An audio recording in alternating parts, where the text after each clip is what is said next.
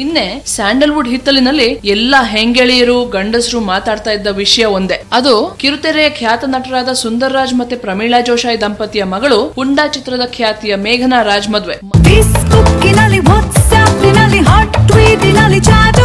ಮದುವೆ ಮಾತ್ರ ಸಾಲದು ಅಂತ ಚೀಟಿಂಗ್ ಕೇಸ್ ಬೇರೆ ಆಗಿದ್ದೇನಪ್ಪ ಅಂದ್ರೆ, ಯಾರೋ ಒಬ್ಬ ಪುಣ್ಯಾತ್ಮ ಜನಾರ್ದನ್ ಅಂತ ಹೆಸರು, ವೃತ್ತಿಯಿಂದ ಬಿಸ್ನೆಸ್ ಮ್ಯಾನ್, ಊರು ತಮಿಳುನಾಡಿನ ಧರ್ಮಪುರಿ. ಈತ ಮೇಘನನ ಮೇಲೆ ಒಂದು ಕಂಪ್ಲೇಂಟ್ ಹಾಕ್ದ. ನಂಗೂ ಮೇಘನಂಗೂ ಮದುವೆ ಆಗಿತ್ತು, ಆ ಹುಡುಗಿ ನನ್ ಜೊತೆ ಲೈಫ್ ನಡೆಸ್ತೀನಿ ಅಂತ ಹೇಳಿ ಕೈ ಕೊಟ್ಟಿದ್ದಾಳೆ, ಮದುವೆ ಡಾಕ್ಯುಮೆಂಟ್ಸ್ ಎಲ್ಲ ಮೋಸದಿಂದ ತಕೊಂಡು ನಂಗೆ ಚೀಟ್ ಮಾಡಿದ್ದಾಳೆ, ಅವಳ ಮೇಲೆ ಕಾನೂನು ಕ್ರಮ ತಕೊಳ್ಳಿ ಅಂತ ಈತ ನಮ್ಮ ಬೆಂಗಳೂರು ಪೊಲೀಸ್ ಕಮಿಷನರ್ ಮೇಘರಿಕ್ ಅವರಿಗೆ ಡೈರೆಕ್ಟ್ ಆಗಿ ಇಮೇಲ್ ನಲ್ಲಿ ಒಂದು ಕಂಪ್ಲೇಂಟ್ ಹಾಕ್ದ.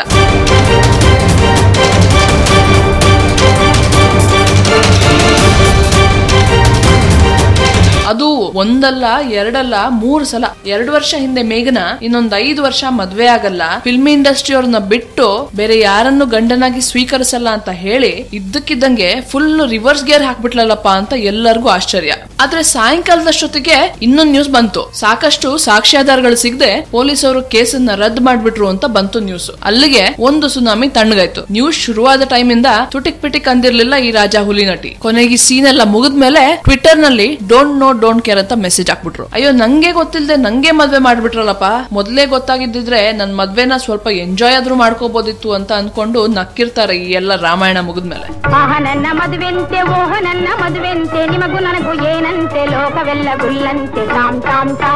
ಫಿಲ್ಮ್ ಇಂಡಸ್ಟ್ರಿ ಹೀರೋಗಳಿಗೆ ಹೀರೋಯಿನ್ಗಳಿಗೆ ಇಂಥ ಕೇಸ್ಗಳೆಲ್ಲ ನಡೀತಾನೆ ಇರುತ್ತೆ ಬಿಡಿ. ಆದ್ರೂ ಆ ಜನಾರ್ದನ್ ಅನ್ನೋನು ಯಾಕಿದೆಲ್ಲ ಮಾಡ್ದ ಅನ್ನೋದು ಒಂದ್ ದೊಡ್ಡ ಪ್ರಶ್ನೆ. ಅಥವಾ ಈ ಮೊದಲು ಮಲಯಾಳಂ ನಟ ಅನೂಪ್ ಮೆನನ್ ಜೊತೆ ಮತ್ತೆ ಅದಾದ್ಮೇಲೆ ಚಿರಂಜೀವಿ ಸರ್ಜಾ ಜೊತೆಗಿನ ರಿಲೇಶನ್ಶಿಪ್ ಗಾಸಿಪ್ ಇಂದ ಸುದ್ದಿ ಮಾಡ್ಕೊಂಡಿದ್ದ ಮೇಘನಾನೇ ಪಬ್ಲಿಸಿಟಿಗೋಸ್ಕರ ಮಾಡ್ಕೊಂಡು ಬ್ಯಾಟಿಂಗ್ ಆಯ್ದು. ನಿಮ್ಗೇನ್ ಅನ್ಸುತ್ತೆ? ಅಲ್ಲ ಅನ್ಸುತ್ತಲ್ಲ?